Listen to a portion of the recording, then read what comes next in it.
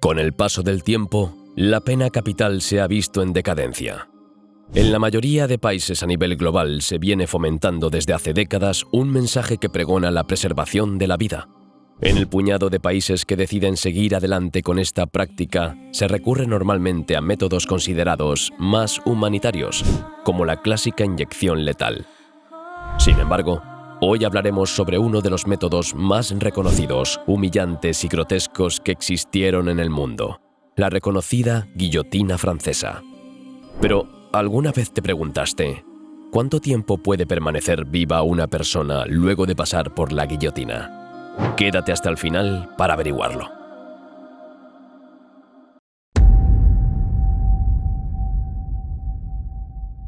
La decapitación era la forma más popular de ejecución para castigar crímenes o deshacerse de los supervivientes enemigos en el campo de batalla.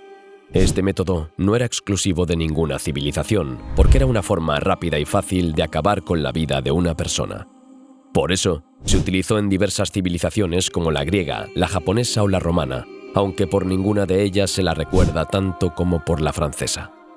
En cada una de las civilizaciones mencionadas anteriormente, la sentencia se ejecutaba de forma diferente.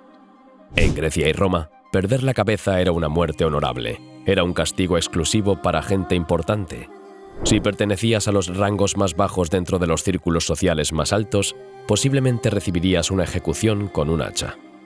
En cambio, si el condenado era un gobernante de alto rango, general o incluso parte de la realeza, se tenía el honor de ser decapitado con una espada. En cambio, los samuráis japoneses practicaban un ritual similar conocido como seppuku o harakiri, entre los siglos XV y XIX, generalmente por romper el estricto código de honor. En esta práctica generalmente no se decapitaba a la persona simplemente porque era un acto voluntario, por lo que el condenado se clavaba una daga conocida como tanto desde el centro de su cuerpo hacia los costados. Por lo macabro de la situación, con el paso del tiempo se dispuso que el condenado debía contar con un ayudante, cuya función era la de decapitarlo en el momento que considerase preciso. En Inglaterra, fue introducida por el rey Guillermo el Conquistador durante el siglo XI y fue reservada a los delincuentes de alto rango. Los traidores fueron otras víctimas de decapitaciones en estas tierras, con la diferencia de que fueron atados a caballo y arrastrados por la tierra y las piedras del suelo hasta llegar al lugar de la ejecución. Pero, ¿cómo era exactamente presenciar una ejecución por guillotina? Una escena espeluznante que sería más que suficiente para causar traumas psicológicos en niños y hacer que más de uno vomite o tenga pesadillas durante varias noches. En ocasiones, la información relativa a la fecha de ejecución se comunicaba a la prensa escrita para que posteriormente lo largaran en sus publicaciones, mientras que en otros casos se mantenía en secreto para evitar que los ciudadanos se enteraran hasta que los preparativos ya estuvieran en marcha. La imagen de estas ejecuciones era tan retorcida que los niños podían incluso comprar recuerdos relacionados a dicha sentencia, como guillotinas en miniatura para decapitar a sus juguetes o roedores que pudieran encontrar en casa. En algunos casos, estas figuras eran el regalo de cumpleaños más deseado por los niños. Durante la esperada jornada, una multitud de personas llenaban las calles, los bares y los hoteles cercanos solo para presenciar cómo la cabeza de un condenado rodaba lejos de su cuerpo. Se vendían asientos en las gradas e incluso los niños trepaban por árboles y postes para ver mejor el escenario. Mientras tanto, el prisionero era afeitado y a veces arrastrado por dos guardias hasta su última parada en la vida, mientras miles de voces se mofaban y reían de su desgracia.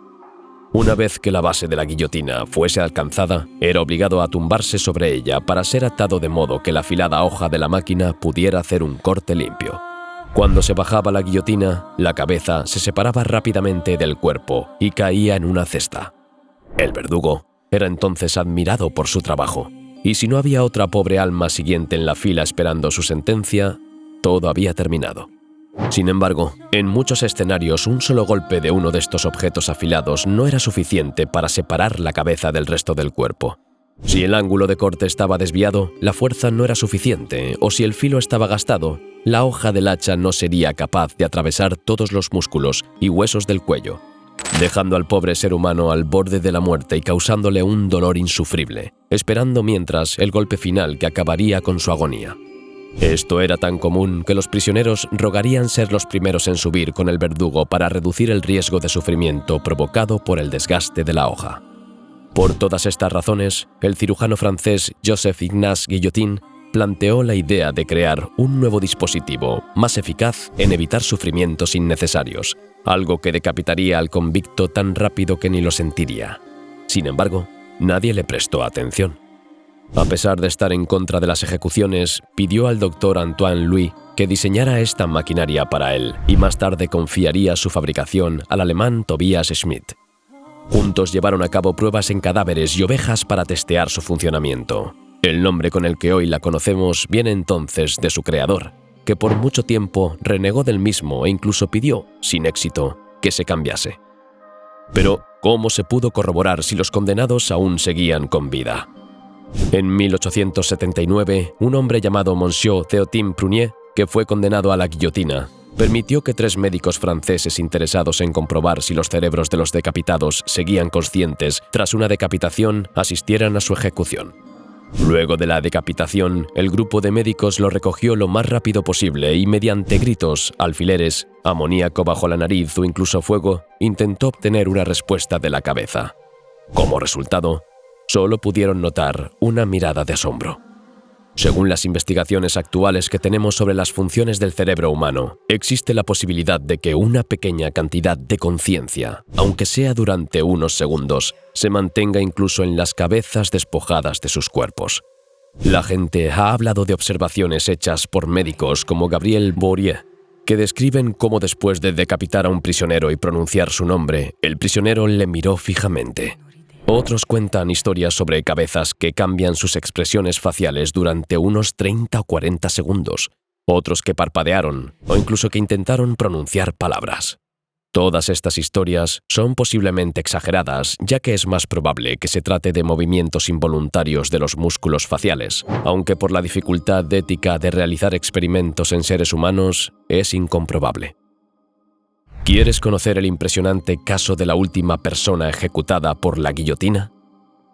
Durante los años en que Francia se debatía sobre la abolición de la pena capital, un inmigrante de Túnez secuestró, torturó y mató a una chica de 19 años llamada Elizabeth. Meses después se conocería la identidad del sospechoso, Hamida Yandoubi, que ya estaba intentando otro secuestro. Un juez escribió sobre cómo se preparó al preso al tener que ponerse su pierna ortopédica para el paseo por los pasillos hasta la antesala de la guillotina, donde pidió una copa de ron como último deseo, que amablemente le ofreció uno de los guardias. La bebió lentamente sabiendo que una vez que la última gota rodara por su garganta, su vida habría terminado. Luego de que las esposas le apretasen demasiado, un guardia se las quitó, no sin antes pronunciar una escalofriante frase: «Ahora eres libre», al momento que la guillotina caía sobre su cuello, certera. Sin dudas, es impresionante cómo han avanzado los métodos para terminar con la vida de quienes sean acusados de los peores crímenes conocidos. Cuéntanos en los comentarios, ¿estás a favor de este tipo de métodos? ¿Cuánto pensabas que podían sobrevivir los decapitados?